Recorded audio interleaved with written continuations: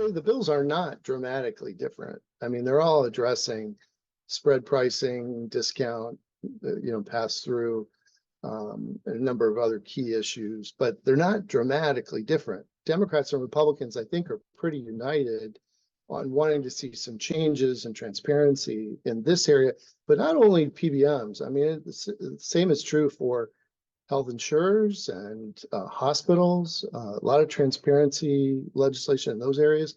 So I don't think they're necessarily just ganging up on PBMs, but I think there is this focus from the White House on cost containment, particularly in the prescription drug area.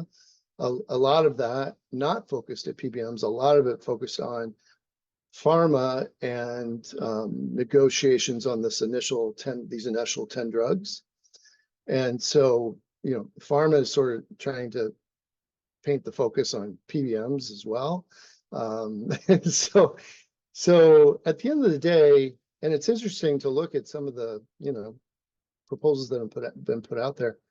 The Congressional Budget Office scores the savings of some of the PBM legislation at not much more than just a couple $2 billion over a 10-year period. And that's not big money in Washington terms. So I'm anxious to see what the final product is. And certainly, our role on behalf of PBMI is to bring that information forward. And to share it with members so that they can, forecast for the future. So we'll keep on top of that and what the final deal may look like. But I don't think we should take it to mean that PBM legislation won't happen this year. I think March was a great opportunity.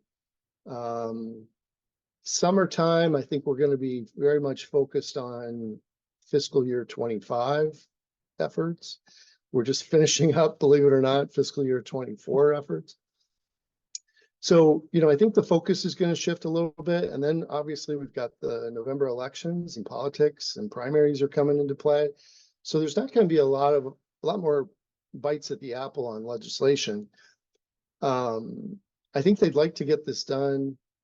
There's probably going to be another opportunity in the summer. And then the last opportunity would be in a lame duck session after the elections.